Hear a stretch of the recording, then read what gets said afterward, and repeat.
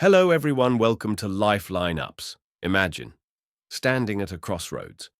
Two roads, two choices. No clear signs. Your heart says one thing, your mind says another.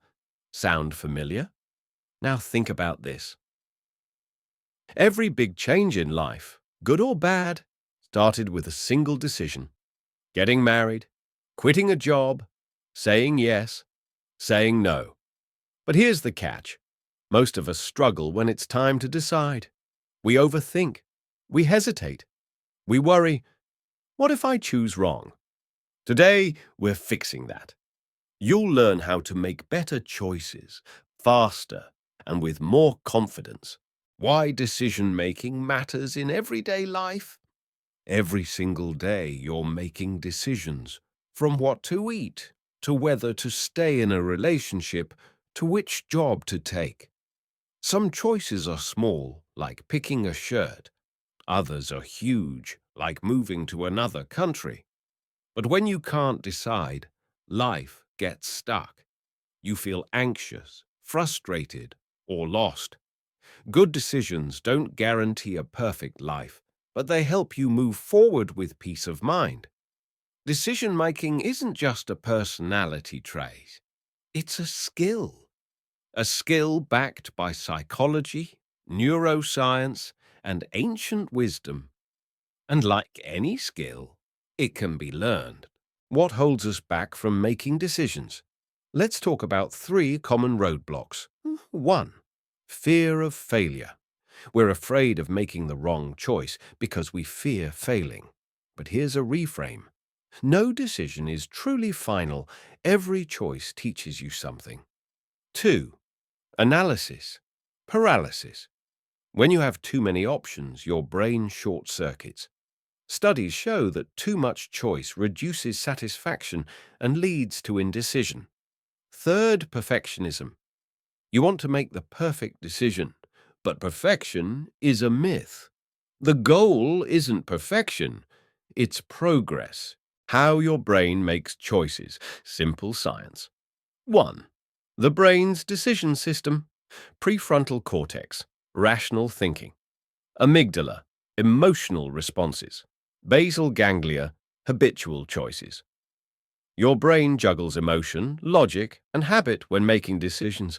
Understanding this helps you step back and respond instead of react. Second system 1, versus.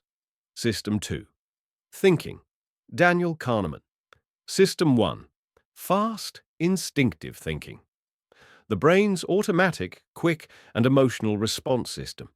It reacts instantly without conscious effort. It uses shortcuts, called heuristics, and gut feelings to make decisions. Examples. Instantly knowing 2 plus 2 equals 4. Jumping out of the way when you see a car speeding toward you. Finishing someone's sentence automatically. Feeling suspicious of someone without knowing why. System 2. Slow, deliberate. The brain's logical, careful, and effortful thinking system. It takes time to weigh options, analyze data, compare pros and cons, and consider outcomes. It requires focus and energy. Examples. Solving a math problem like 37 times 23. Deciding between 2 job offers. Reading a contract carefully before signing. Planning a monthly budget. Good decision-making means using both. Your gut gives you quick signals. Your logic checks the facts. Also, decision fatigue is real. When you make too many choices in a day, your brain gets tired, and you start making worse choices. That's why routines help. They save brain energy for big decisions. 5-step simple framework to make better decisions. Let's break down step 1. Clarify the decision. What exactly are you deciding? Get specific. Vague decisions lead to vague outcomes. Step 2. Identify your priorities. What really matters? Time, money, freedom, passion. List your top 3 values. Step 3. Gather information, but not too much. Collect enough data to inform your choice, but set a time limit so you don't fall into overthinking. Step 4. Consider long-term impact. Will this matter in 5 days, 5 months, or 5 years? Zoom out to gain perspective. Step 5. Commit and move. No decision is 100% risk-free. Make peace with uncertainty, then take action. Let me tell you a real life story about the woman who stayed home instead of taking a dream job. Lara had worked her whole life for this moment. She had spent years in school, late nights studying, saying no to parties and vacations. She had a dream to study public policy in the UK. And finally, that dream was coming true. She had received an acceptance letter from one of the top universities in the world. It was the opportunity of a lifetime. Her bags were packed. Her visa was approved. She had even said goodbye to her closest friends. Everything was ready. Then, 3 days before her flight, her father had a heart attack. Lara's world froze. Her father was stable but fragile. The doctors were hopeful but not certain. Her mother, shaken and scared, asked Lara softly, "Do you still plan to go?" Lara didn't know what to say. She stood in the middle of her room that night, staring at her suitcase filled with hope and plans, and cried. Her mind raced. What if I go and he gets worse? What if this is my only chance? Am I being selfish if I leave? Am I being foolish if I stay? Family and friends were divided. Some said, "He'll be fine. You have to live your life." Others said, "Family comes first. Dreams can wait." But deep down, Lara knew the answer wasn't going to come from anyone else.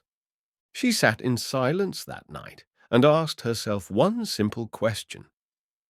If I choose to go and something happens to him while I'm away, can I live with that? Her heart answered before her head could finish thinking. The next morning, she made the call. She deferred her admission and stayed home. It wasn't easy.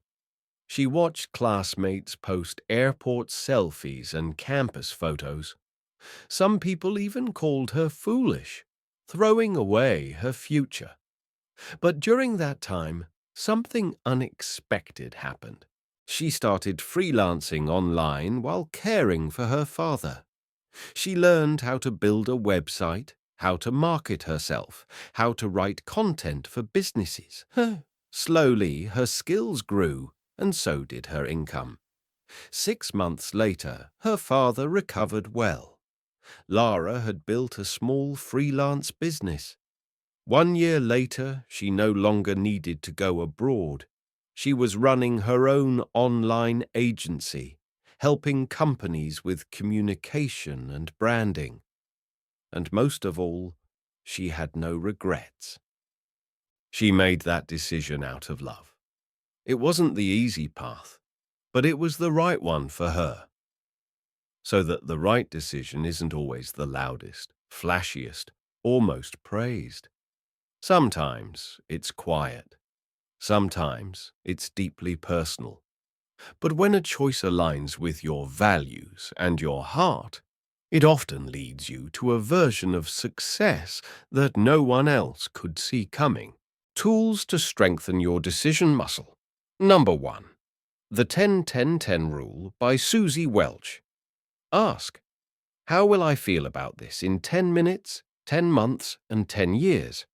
Number 2. Pros and cons list, but add emotions. Write pros and cons, then score each based on how it aligns with your values. Number 3. Mental rehearsal, visualization. Athletes use it. So can you. Visualize the decision and the outcome. How does it feel? Number 4. The gut check.